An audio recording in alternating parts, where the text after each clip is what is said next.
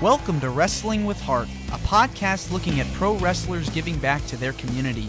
Join me, Stanley Carr, as I interview wrestling's hottest names who use their platforms as entertainers to raise awareness and do community service.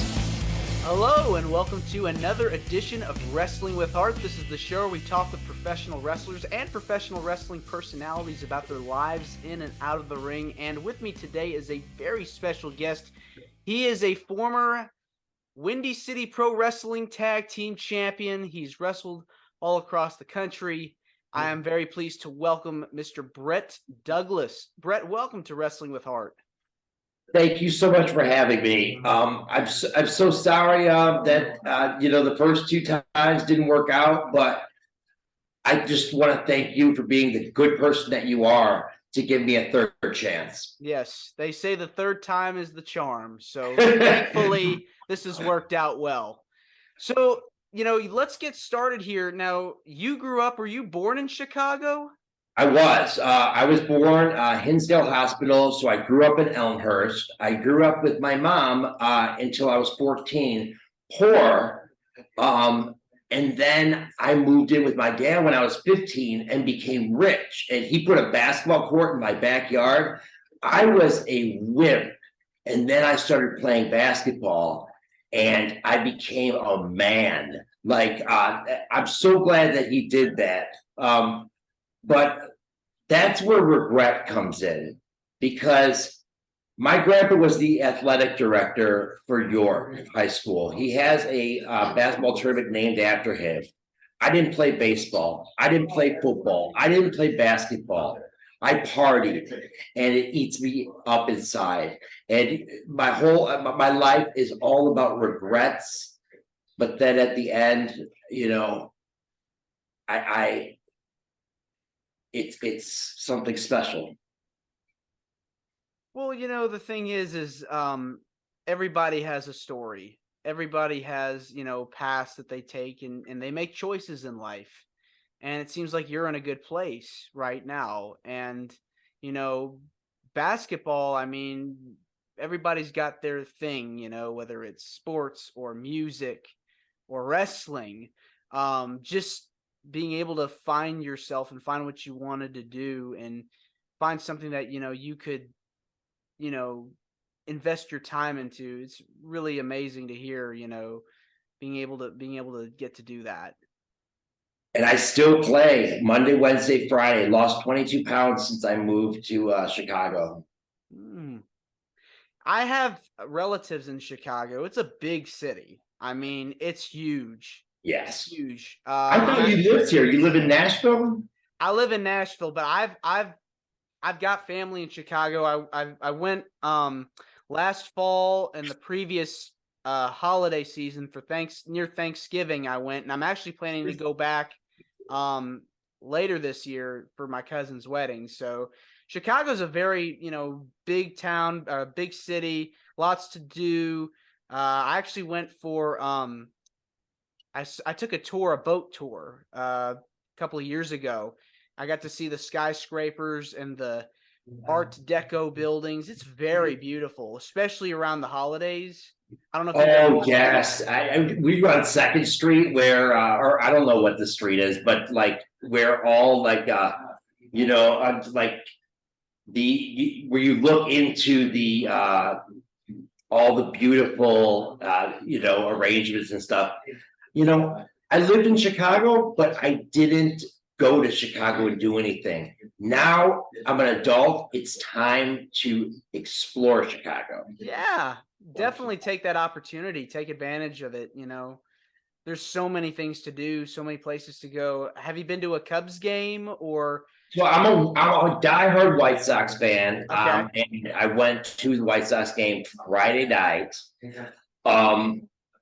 So we had decent seats.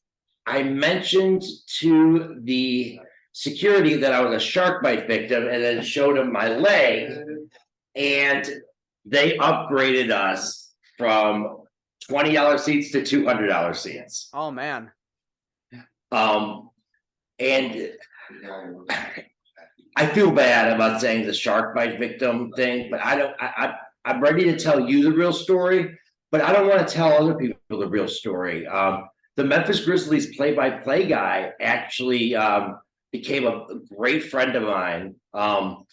And I was just in Memphis, and he brought me onto the court, and we took a picture together. Oh, I just got nervous. Wow. Sure. But I didn't start watching wrestling until, Stephanie and Triple H's wedding. That's when you had to see what happens next week. Yes. And that's what I think they're missing these days. That was like the Attitude Era. That was like prime time television. You had so many talented people. Like the roster was stacked of talent, and not only WWF, but you had WCW and ECW and all these smaller independent companies. I mean, what a time for wrestling! The late '90s, early 2000s. It was hot. Ratings wise and product wise. Now, I didn't watch ECW or WCW. I was one of those WWF only guys. But when I turned 19 and I graduated, I asked my dad if he could let me become a wrestler, and he paid for $2,000 for me to go to WCPW, Windy City Pro Wrestling, to train. And this was back in the day when trainers were allowed to beat the you-know-what out of you. So Saturday, Terry Allen, it would just be me and him, 3 hours of him just beating me up. And it made me so much stronger. I like that kind of training. And also, they made us do, all kinds of exercises, run the mile. Another thing that a lot of wrestling companies don't do these days. Yeah, a lot of drills. Yes, exactly. Yeah. Why did you feel like you liked that kind of training? Well, because I saw physically, I saw change immediately. I was also working out with a trainer that was like crazy, and like he was like making me push like too much weight. He made me do a drop kick in the health club, and I screwed up my elbow. Ooh. That's going to play a huge part in my career. Another thing that happened, a basketball player ran, and I put my left elbow out. He ran through it. So my arm pops out of place. Oh, man. And that is going to play a huge part in my Windy City Pro Wrestling career. Yeah. I mean, wrestling is no joke. I mean, you're there, every day on the grind, getting your butt handed to you, 7 days a week. I mean, that's you're being slammed on plywood. Have you ever seen the great photo where they said, "Is this really fake?" And then they show that it's metal, then wood, then this little piece of, and the road rings would be so much stiffer. Yeah, I had heard stories that like WWF. Hey guys, can you be quiet a little bit? Just a little more. Sorry. No, it's okay. I had heard like stories like WWF's rings or WWE's rings were like, the ropes were very like, I guess like smooth, but like WCW's were like the cable rings, the hard cable rings. It was very loose. Back in '96, WWF rings were actually really stiff, and they were really stiff when Mick Foley did that crazy Hell in a Cell. And then they in like 98, 99, they changed to a more soft ring. Yeah. And so WCPW Our studio, I'll admit it, our studio, it was nice and comfortable for the bumps. But they chopped me so hard. And you know what? When I go back, I love either watching me do a move or me get crazy moves done to me, especially chops. Oh, sure. Because so my first match, my friends came, it was in Kankakee, and I was actually yelling at the crowd, "You Yankees, you Yankees." I called the crowd Yankees because they're from Kankakee. It was the one time that I was a heel. Yeah. And Jerry the King Lawler was in the main event. And so we did kind of a prayer, and then the owner, Sam said, and this is Brett's first match, and everyone clapped, and I looked, and Jerry the King Lawler was clapping, and that was just so cool. Yeah. And I did, but get this, I was going, get out of your seats, get out of your seats. Ah, arm pops out of place. First match. Mm. And I have to pop it back in and then go. I was going against Acid Jazz for the Windy City lightweight title.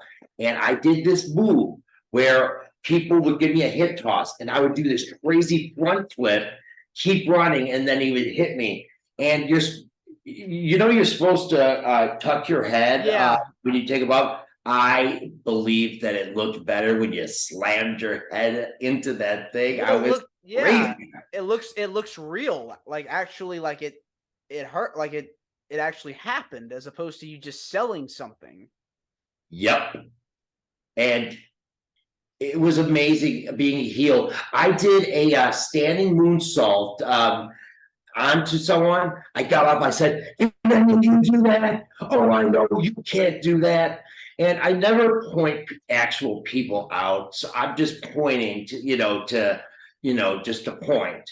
Yeah. I don't like when people single people out and bully them. Right. It's a heel, especially I've heard the fat shaming and stuff, I don't like that. And I'm a crazy heel. Yeah. I mean, I've heard people say like the best heels are the nicest people, and then the people that are play face. Really? I've heard. Yeah, I've heard it from. I think, was it Triple H that said it in an interview that the best heels are the nicest people in real life. I can see that. And then the people that play the good, some of the people that play the good guys on TV are the assholes. No, you're right. Yeah, I think, was it Rip Rogers that also told me that? Yeah, I had him on the show. He said the same thing. It's crazy. Was he in charge of OVW? Yes. Or no, he was the head trainer. Danny Davis owned it, and Jim Cornette was part of it. Santino. Yeah. I trained there in the intermediate class, but I came there drunk. Really? Yes. Alcohol ruined my life. So 2 days later, after my first match, me and Justin Adams went for the tag team titles against our trainers. So it was the rookies versus the trainers. And Steve Boz had Justin Adams. That was his protege. My mentor was Terry Allen. Terry Allen, his punches were real. Steve Boz, his punches looked real, but he taught me an amazing way to punch, and I still do it to this day. Mm-hmm. How? Tell me about it. Yeah. So AJ, do you want to? Okay, so here we go. AJ, you ready? Oh my God. Uh-oh. Oh. So, because we were zoomed in, you obviously probably saw me smack my shoulder. Yes. But when you're in the ring, you can't, the way I do it, I go like this so everyone looks at, and then you're able to, but Yeah, that dog was not hit at all. And you sure. know why? Because I practiced my punches on the corner of the wall, which means if you don't touch it, that means that that was a bad punch. If you go too stiff, you're going to bust your hand up. Right. So a weird way to train, but we went for the tag titles. My arm did not pop out. I fought in Stone Park and it was cold out. And it was crazy. It was like 40 degrees and we were wrestling. And so eventually my arm started popping out every match. Also, my friends stopped coming to my matches. And ladies and gentlemen, if you have a dream, it's your dream. Do not quit based on support. You need to support yourself. But my arm started popping out every match, and I started drinking a lot. And I was going to have, with the Iron Sheik in my corner, I was going to go for the lightweight title in front of 2,000 people at Battle of the Belts, but I quit. Yeah. There's some regret right there. Became an alcoholic. Alcohol is the worst drug ever, and I actually don't drink. I've had 3 beers in the last 3 years, and they've been on my birthday with my dad on the beach. But I hate alcohol. It ruined my life. But you know what? It also saved my life because I drank too much, and then the way I was laying on Christmas of 2009, I legally was gone. And my dad called the emergency room. He called the ambulance. The ambulance took me. My heart rate was 15. I legally died for 2 minutes. And I remember seeing fog. I remember being 5 feet above, but God brought me back. And when God brings you back, you have to make a life out of it, because I always say there's kids that died at 5 with cancer, and I did that stupid stuff. Why do I deserve to live? So I have to make my life make some kind of dent in this world, because it's hard. It's hard to make a dent to the world. It is. It's not easy. You know, we only go around one time. Everybody is on this earth a short time. You got to make the most of it. That's very devastating. That happened. And it seems like when you were wrestling, with the motion, it's like that had to have bothered you. With Absolutely. your vein popping out like that. And has anyone ever took their shirt off and did a wrestling punch to their dog on your show? No, this is the first. Oh my gosh, I'm so sorry. No worries. I'm so happy that I died, because then I was in a coma for 48 hours. They told my dad that your son his brain's going to be a vegetable. He called my grandma, and when I died, he called my grandma and he said, I can't lose Brett. Brett's going to die. I can't lose him. And I can't believe I did that to my family. But after that, they said that I would never walk. They said that I'll be on dialysis for the rest of my life. My kidney doctor called me a miracle child. In 10 years of practicing medicine, she's never seen someone go from being on dialysis, kidneys shut down, to 4 months later, kidneys perfect. And when I was in a coma in Atlanta, my grandma, my angel, she came and she held my hand, and they said, he's been out for 2 days. He could be out for another day. Right when she held my hand, I opened my eyes and I started crying. She was my best friend, and I lost her 2 months ago. And all I want to do is make her proud and my grandpa proud and my family proud. The family is the most important thing in life. Definitely is. As someone that's, lost a grandparent, I know what that feeling feels like. It's, it's an what an amazing story, of you being triumphant and being able to come alive again after such a just an unfortunate, near tragic scene of events. Um, so thankful you're able to still be with us.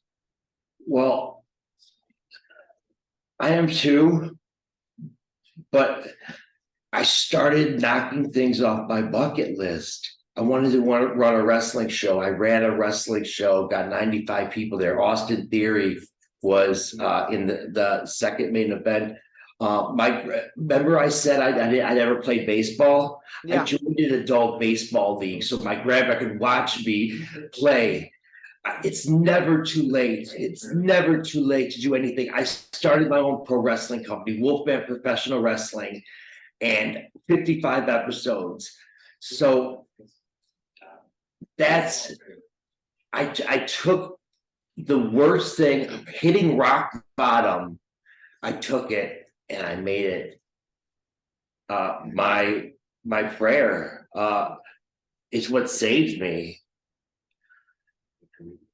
Yeah, I mean, I'm you're a able little to. emotional now, but it's okay. Yeah, it's this is a very cathartic experience.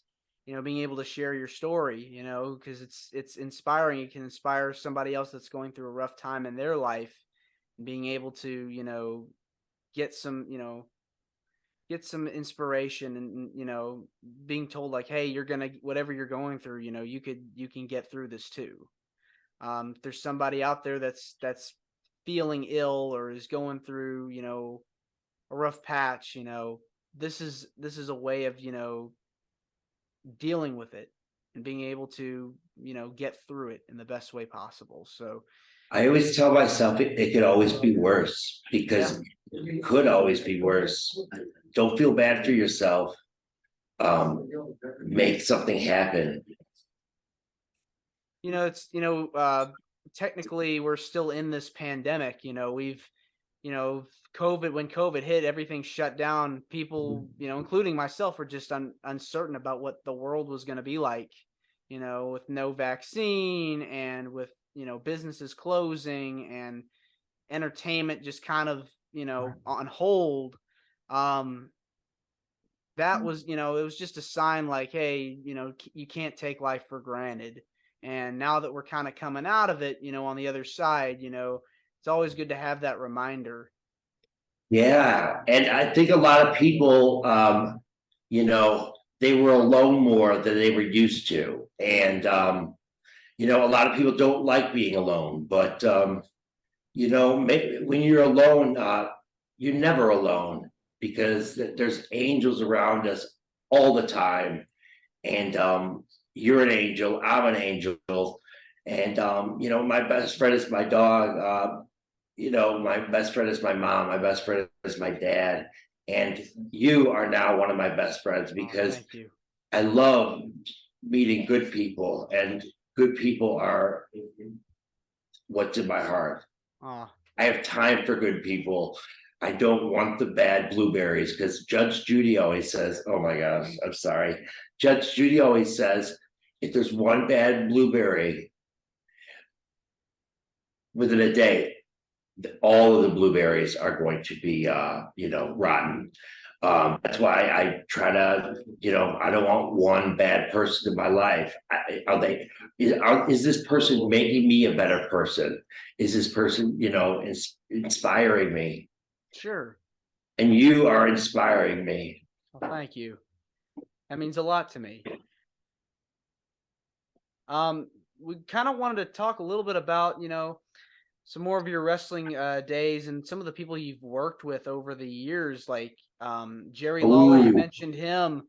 Who are tell me about some of the people you got a chance to work with, Okay, so Ernest the Cat Miller ended up being one of my mentors.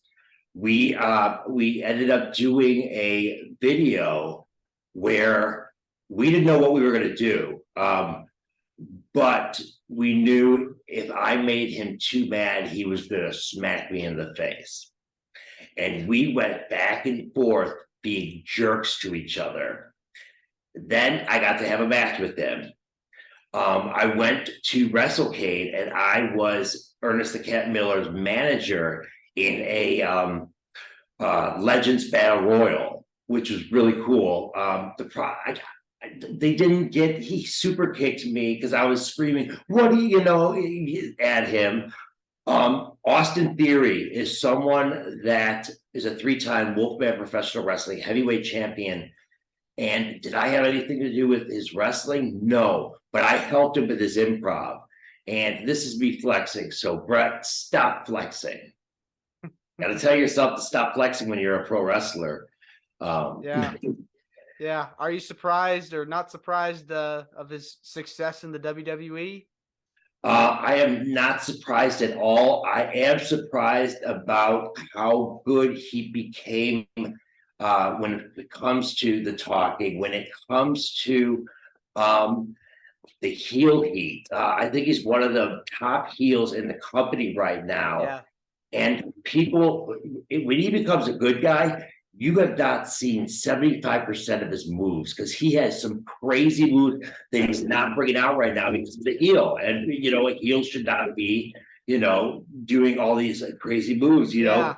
He does he does the roll and then the blockbuster, which is really a cool thing. Sure. But I worked with him a lot and I knew that he was going to WWE a year before he signed.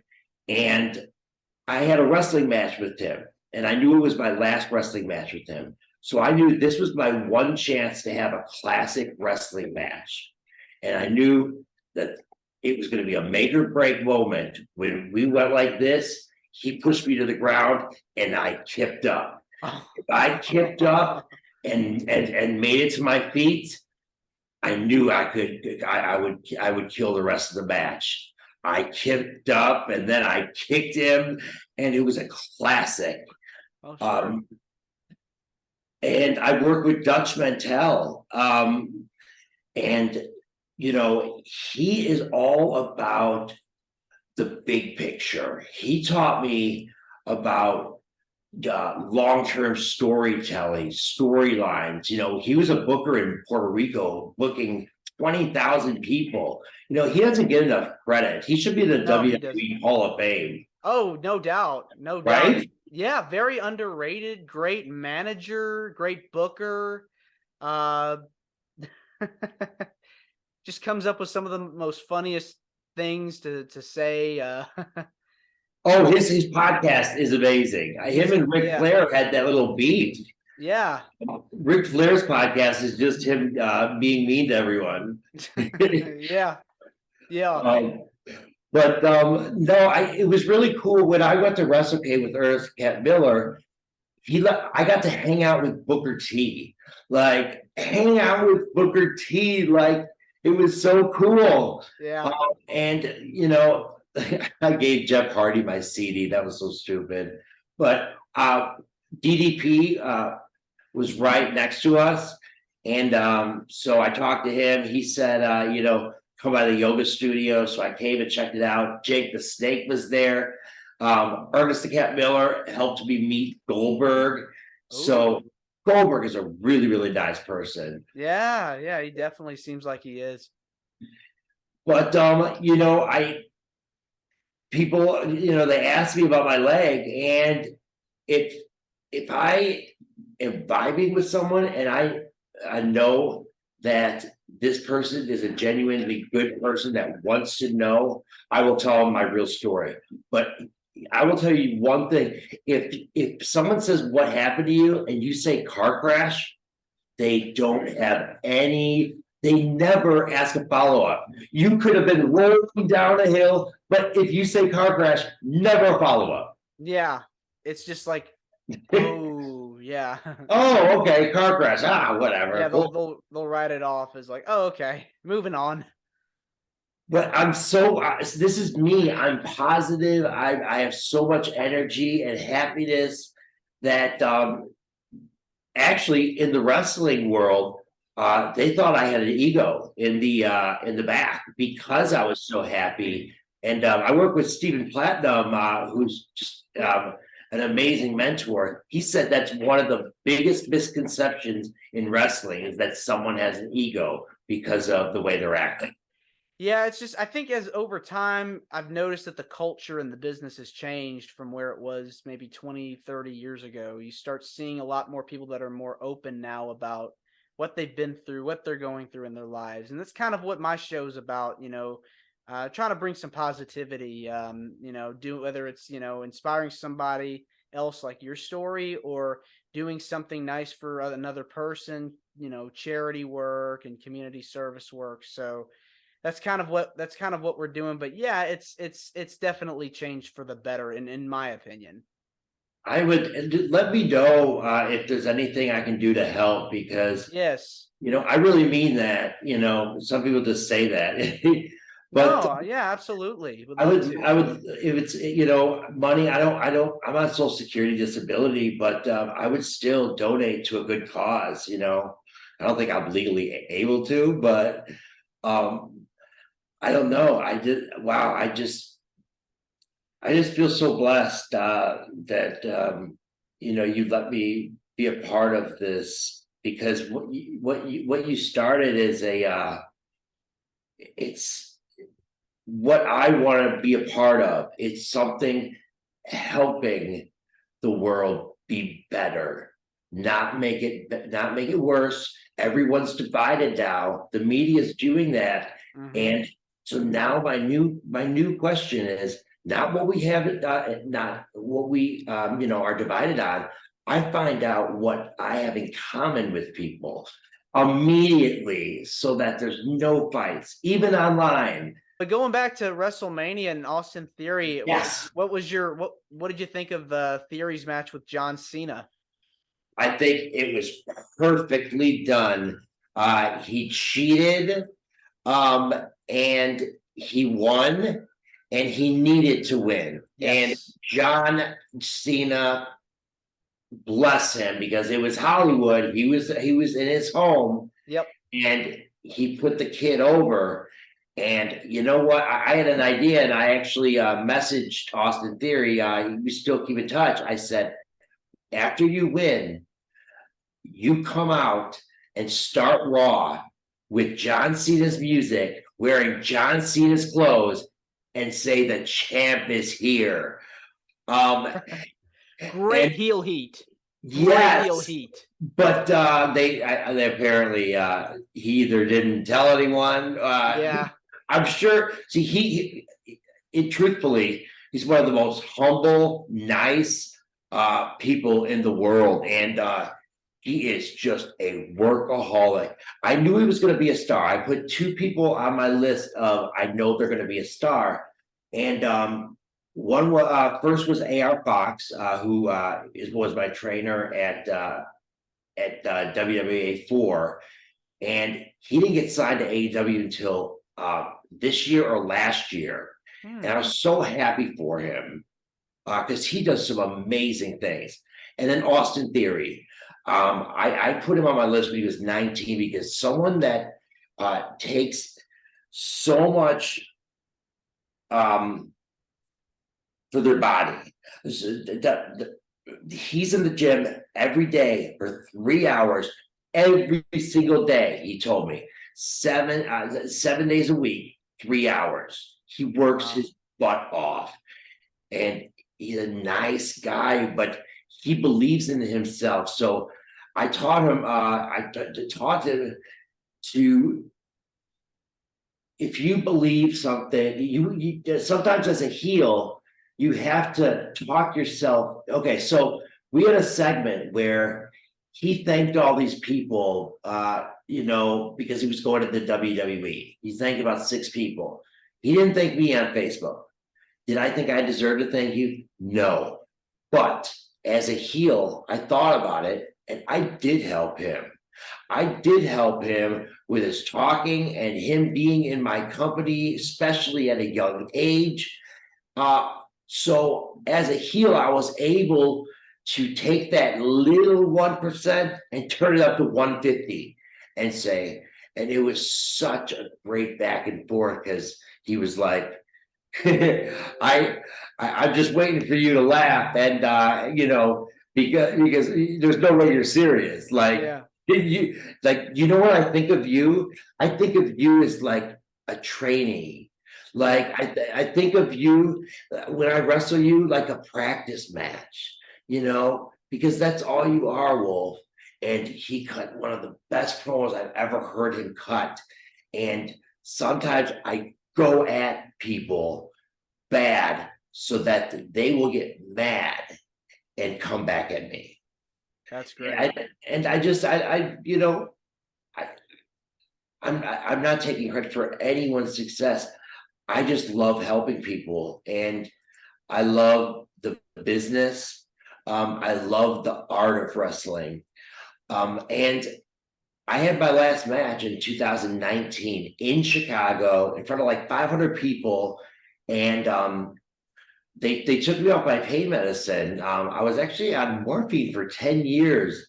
And then they took me off working when I went to Florida, and then they took me off my oxycodone, and I needed that for my legs, so I could hardly walk, and I had the flu, and I learned what it really means to hear the crowd and use the crowd to lift yourself up. And it's like, why is this my last match? I learned the most valuable thing that you could ever learn as a baby face. Sure. And but I said that I'm retiring, but wrestlers never retire. No. I'll probably wrestle this year. And never say never. And you know what I do? I do the RVD spike DDT. I spike myself on the ground. No one does that at 260 pounds. No. I'm 240 now, but wrestlers. Stephen Platinum's told me this. They're arrogant, and arrogance is a good thing.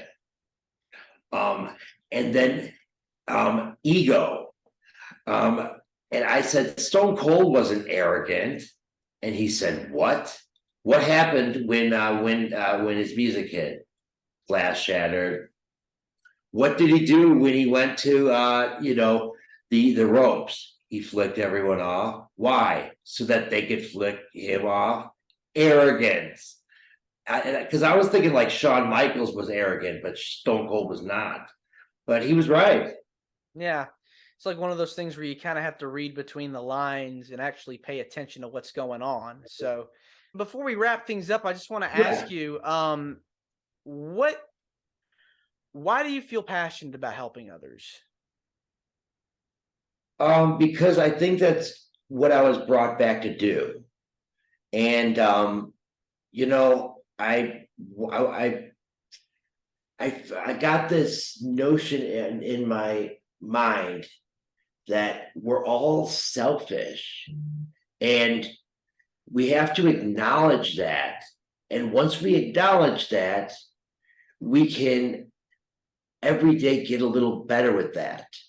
And then we all need to see that, I talk to people from all around the world now because, I have this reaction channel. It's called the Peace and Love Reaction Channel, because music is the one thing that brings people together. If you're at a concert for Jason Mraz, no one's thinking about if you're a Republican or Democrat.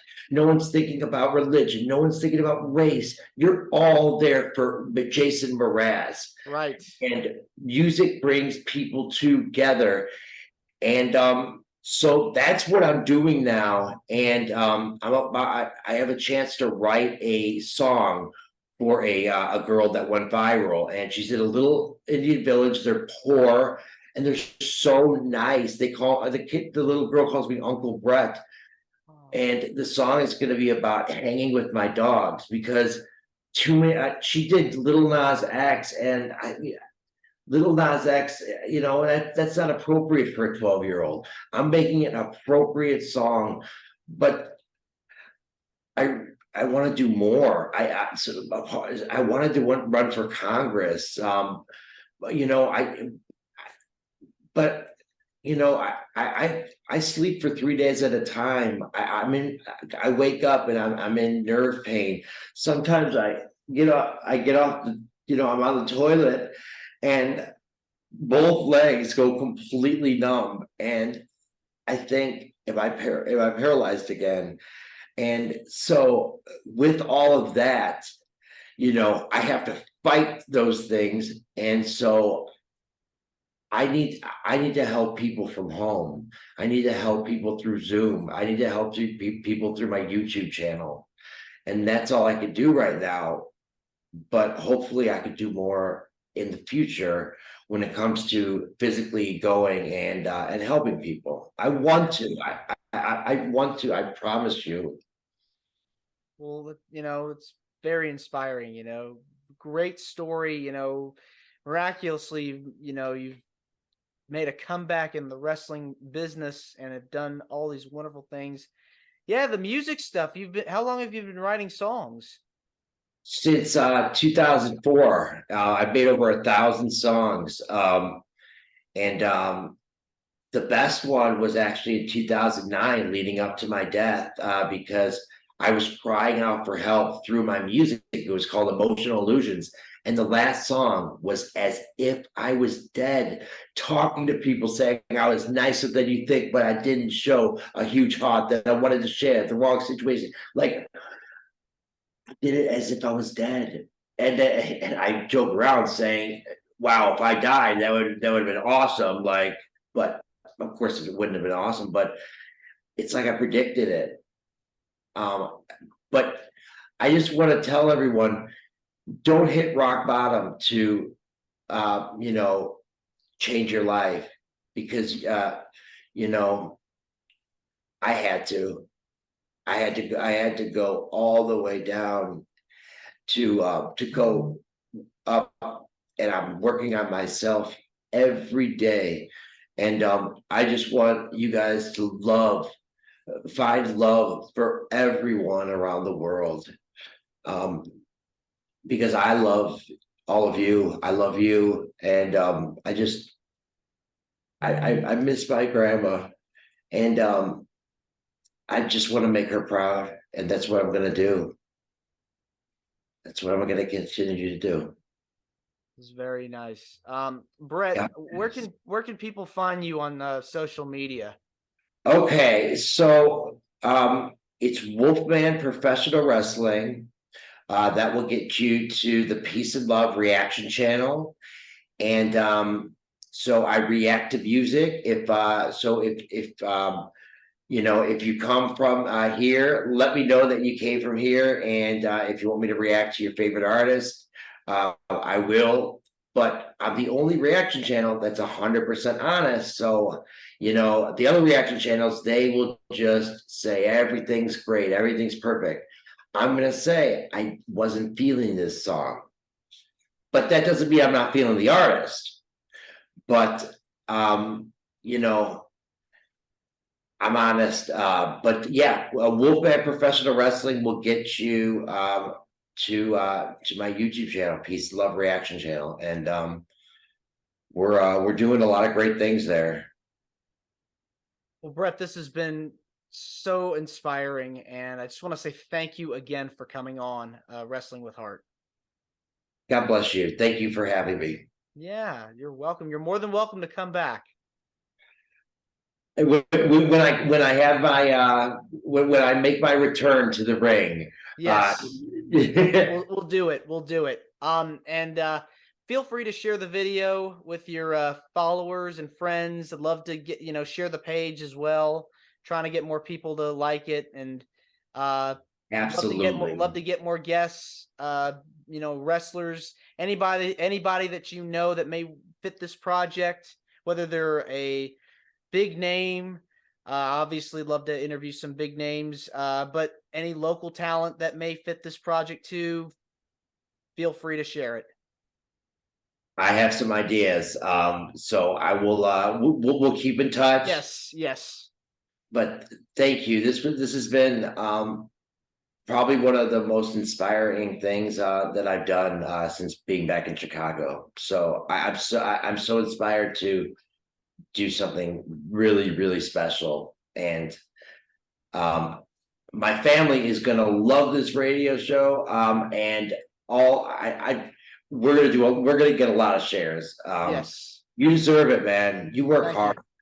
Thank you. It means a lot to me. Nice to meet you, all you guys. Yeah, nice to meet you. We'll talk soon. Peace and love. Yes.